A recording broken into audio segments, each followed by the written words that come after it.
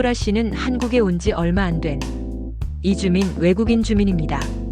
많은 것이 신기하고 흥미로웠지만 한 가지 걱정거리가 있었죠. 바로 돈을 관리하는 일이었어요. 은행에 들어선 소라는 수많은 창구와 복잡한 서류들을 보고 어찌할 바를 몰랐어요. 어디로 가야 할까? 그때 친절한 은행원 김지훈 씨가 다가와 미소 지으며 물었어요. 무엇을 도와드릴까요? 소라의 얼굴에 안도감이 번졌어요. 김지훈 씨는 소라에게 통장 만드는 법부터 차근차근 설명해 주었어요. 통장은 마치 당신의 돈을 위한 작은 집과 같아요. 다음으로 김지훈 씨는 체크카드 사용법을 알려주었어요. 이 카드로 물건을 사거나 대중교통을 이용할 수 있어요. 현금을 들고 다니지 않아도 되니 정말 편리하죠. 소라는 이제 은행 앱을 통해 자신의 돈을 관리하는 법도 배웠어요. 언제든지 잔액을 확인하고 필요한 곳으로 돈을 보낼 수 있어요. 김지훈 씨가 말했어요. 소라는 이제 매달 내야 하는 휴대폰 요금이나 공과금도 은행 앱으로 쉽게 납부할 수 있게 되었어요. 김지훈 씨는 저축의 중요성도 강조했어요. 작은 돈이라도 꾸준히 모으면 미래를 위한 큰 힘이 될 거예요. 소라는 돈을 관리하는 일이 더 이상 어렵지 않다는 것을 깨달았어요. 그녀는 이제 한국에서 자신의 꿈을 펼칠 준비가 되었답니다. 이주민, 외국인 주민들이 한국에 와서 생활하면서 가장 먼저 부딪히는 게 무엇일까요? 언어, 문화 차이도 크지만 바로 돈 문제가 큰 고민일 겁니다. 월급을 받는 방법, 송금하는 방법, 집세 내는 방법, 은행 계좌 만드는 것까지 익숙하지 않으면 작은 일도 큰 스트레스가 되죠. 이번에는 이주민, 외국인 주민들이 한국에서 안전하고 똑똑하게 금융 생활을 할 수 있도록 꼭 알아야 할 내용을 차근차근 정리해 보겠습니다. 첫 번째는 은행 계좌와 금융회사 이해입니다. 한국에서는 현금을 직접 쓰기보다 계좌이체, 카드, 간편 송금이 훨씬 많습니다. 따라서 은행 계좌 개설은 생활의 출발점이에요. 은행뿐 아니라 카드사, 보험사, 핀테크 회사가 있고 각각 하는 일이 다릅니다. 예를 들어 은행은 돈을 맡기고 빌리는 곳, 보험은 위험에 대비하는 곳, 핀테크는 편리한 결제를 도와주는 곳이죠.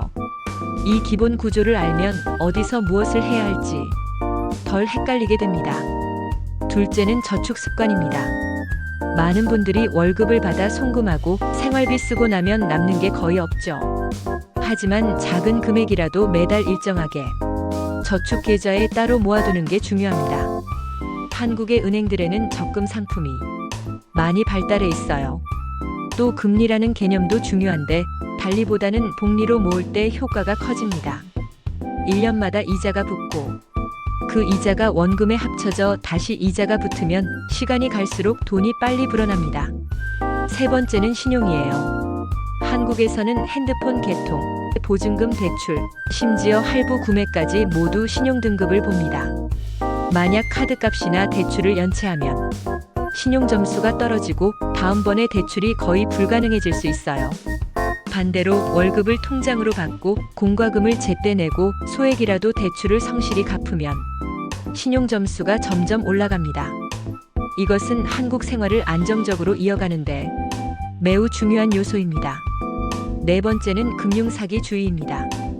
이주민, 외국인 주민들이 특히 많이 당하는 게 불법 고금리 대출과 보이스피싱이에요. 예를 들어 서류 없이 바로 돈 빌려준다는 광고, 거의 다 불법입니다. 이자를 몇백 %씩 붙여서 갚지 못하게 만들고 결국 빚의 늪에 빠뜨립니다. 또 카카오톡이나 전화로 세금 환급금이 있다, 계좌번호를 불러달라는 건 100% 사기죠. 모르는 번호는 받지 말고 의심되면 반드시 은행이나 금융감독원에 확인해야 합니다. 다섯 번째는 보험입니다. 한국은 국민건강보험, 산재보험, 고용보험 같은 사회보험 제도가 잘 갖춰져 있습니다. 외국인도 일정 조건이 되면 가입할 수 있고 병원비 부담을 줄일 수 있어요. 또 개인이 선택하는 민간보험도 있습니다. 하지만 무조건 드는 게 좋은 건 아니고 본인 상황에 맞는지 꼼꼼히 따져야 합니다. 여섯 번째는 해외 송금과 세금입니다. 월급을 본국 가족에게 송금할 때는 합법적인 경로를 써야 하고 은행마다 송금 수수료와 환율이 다르다는 걸 알아야 합니다. 세금도 꼭 확인해야 합니다.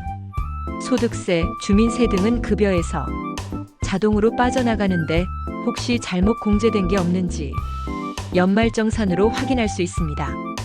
7번째는 장기적인 준비입니다. 단순히 이번 달 생활비, 다음 달 송금만 생각하면 늘 쫓기게 돼요. 하지만 조금 더 길게 보면 퇴직연금이나 적립식 펀드 같은 상품을 활용할 수 있습니다. 물론 주식이나 코인 같은 투자는 위험이 크기 때문에 기본 지식이 없으면 덤비지 않는 게 좋습니다. 2주 기간이 짧을 수도 있으니 안정적인 저축 중심으로 계획하는 게 바람직합니다. 마지막으로 강조하고 싶은 건 여러분도 한국 금융 시스템의 참여자라는 점입니다. 불법 사채에 의존할 필요 없이 합법적이고 안전한 제도가 많이 있습니다. 또 금융소비자보호법 덕분에 불공정하게 대우받으면 언제든지 권리를 주장할 수 있습니다. 여러분이 한국 사회의 중요한 일원으로서 당당하게 금융을 활용할 권리와 책임을 함께 지니고 있다는 점을 꼭 기억하세요. 이상의 내용들을 차례대로 익히면 이주민, 외국인 주민들의 한국에서의 생활이 훨씬 더 안정적이고 희망적으로 바뀔 겁니다. 이를 위해 이번 강의를 포함하여 여러 개의 동영상 강의를 준비했습니다. 이들 강의를 차례대로 들어 이주민, 외국인 주민들이 한국 생활에 정착하는 데에 도움이 되기 바랍니다. 이상입니다. 감사합니다.